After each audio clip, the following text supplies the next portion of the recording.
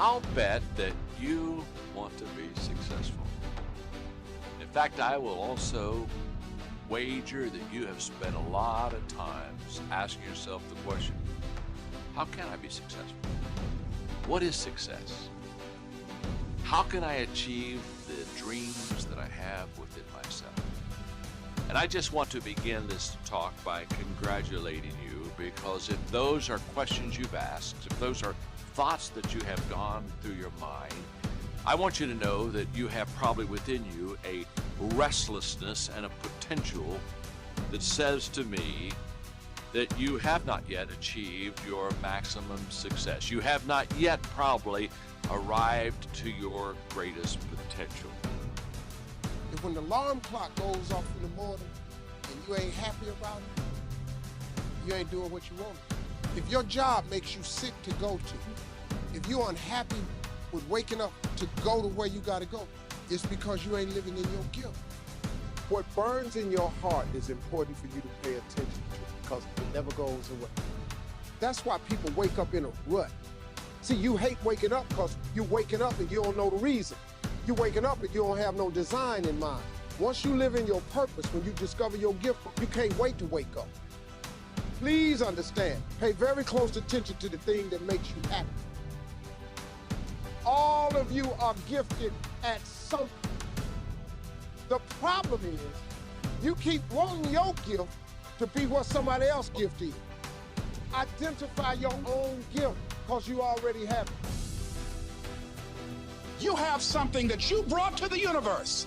And that if you decide that my life deserves my developing this what I do well, and becoming the best at it and mastering myself and seeing what I have within me. You need to be present. You need to live in the present moment. Give your fullest attention, your best effort to each present moment. Giving your full attention and very best action in each moment will lead to each next best moment. It will lead to expansion and growth in your life, which will ultimately lead you to many things you love doing. And soon you will understand what your purpose really is. But don't rush it. Don't stress over it. No purpose is coming through stress. No purpose is rushing through because you're anxious. Do your thing and do it to the best of your ability in every moment, no matter what it is. I just want to know if you're willing to bust your ass to change your life. And if you are, you're going to get an interview. And I'm not going to ask for your resume. I don't care about your resume. Your resume tells me where you've been. It doesn't tell me the price you're willing to pay to become somebody new. Every belief that you have is a choice. I choose to believe that human potential is nearly limitless. And this was the belief that changed my life. Because once I realized it's not about who you are today, it's about who you want to become and the price you're willing to pay to get there. And I promise you, the day that you're willing to pay any price, you'll achieve what you want to achieve. If you truly believe that human potential is limitless, what do you want to become? And what price are you willing to pay to get there?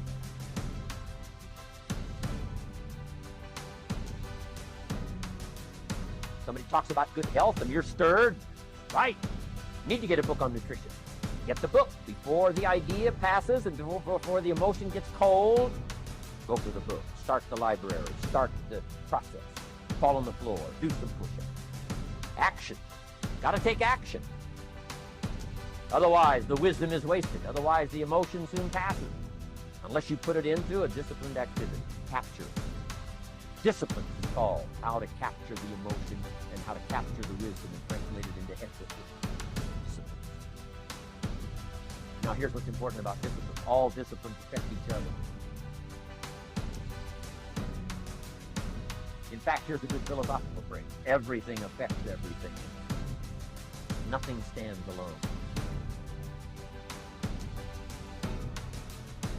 Don't be naive in saying, well, this doesn't matter. I'm telling you, everything matters. There are some things that matter more than others, but there isn't anything that doesn't matter.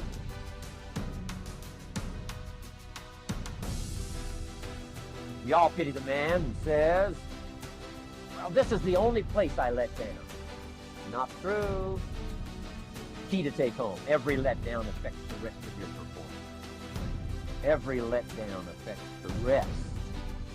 It's part of the educational process on personal development. If you don't take the walk around the block, you probably won't do the apple a day. If you don't do the apple a day, you probably won't start building your library. If you don't build your library, you probably won't keep a journal, and you won't take pictures, and you won't do this, you won't do wise things with your money, won't do wise things with your time, won't do wise things with your possibilities and relationships, and the first thing you know, 6 years of that accumulated, and we say you have messed up. So the whole key to reversing that process now is to start picking up these disciplines.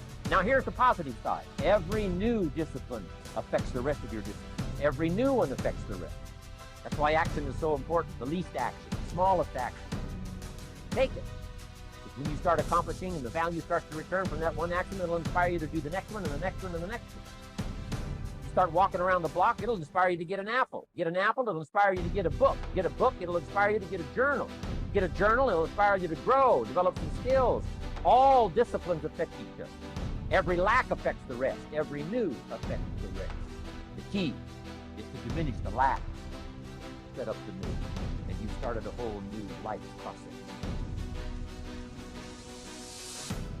Fear is so real. In fact, there are probably things that you're afraid of doing right now in your life, in your relationships, at work.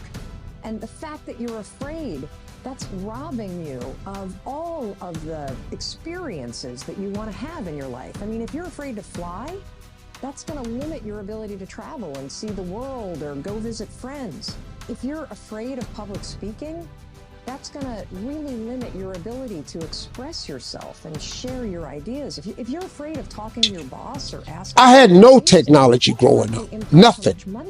You couldn't download a book.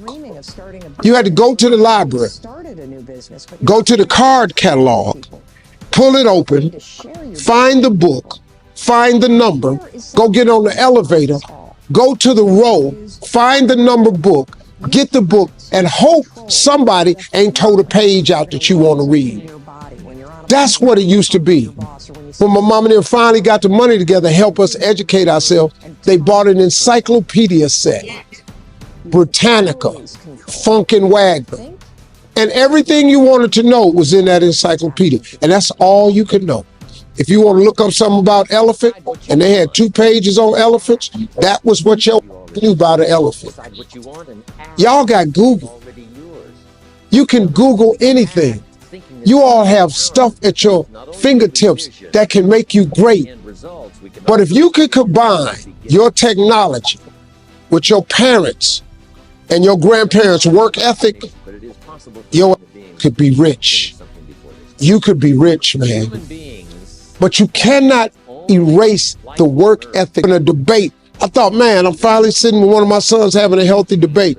I told him that from Cleveland to Nashville was about 540 miles, something like that. He Googles it while we're talking. He said, no, Dad, you're wrong. It's 526 miles. I said 540. It's amazing, man, how you rely on technology and it's a help to you. But young people, you got to get gritty, man. You got to develop some dog in you. You got to understand that success, you can't Google success. Go Google it. You can't Google it, man. I got something else for you. Because I've lived so long and I've been exposed to so many things.